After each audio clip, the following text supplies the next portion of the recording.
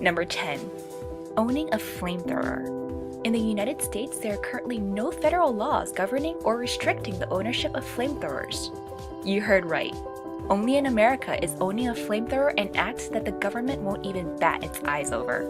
In fact, flamethrowers, a device designed to launch rivers of fire at targets, are less regulated in the United States as of 2015 than marijuana. Some states, however, have passed laws restricting the ownership of flamethrowers, but violations of these laws typically only are considered misdemeanor offenses. Some flamethrowers even sell online for as little as $300. Flame on! Number 9. Driving barefoot. Everyone knows it's probably a dumb idea to drive without any shoes, but as far as the law is concerned, driving barefoot isn't actually illegal in the United States.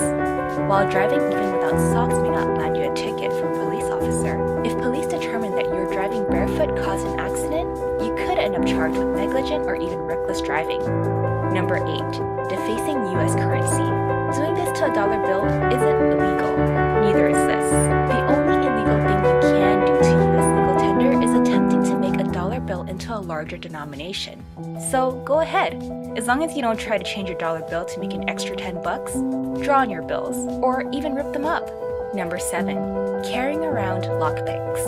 Most states in the US don't have laws against the ownership or use of lockpicks. The states that actually do have laws against the use of lockpicks generally have them in place to make sure citizens don't sell locksmithing services without obtaining a proper license. So, unless you're caught halfway through someone's window with a lockpicking kit and a crowbar, as far as the law is concerned, you're probably fine. Number 6. Counting cards at a casino. For those who aren't familiar with this apparently perfectly legal yet underhanded gambling strategy, card counting is where a player in blackjack counts off cards to predict what the next drawn card will be. Casinos absolutely hate this practice, and if you count cards and get caught, you probably will get kicked out and banned from ever coming back to the casino. Still, if you want to count cards, the law will look the other way. Number 5. Corporal punishment. This may come as a huge surprise to most people, but corporal punishment is still legal in some US states.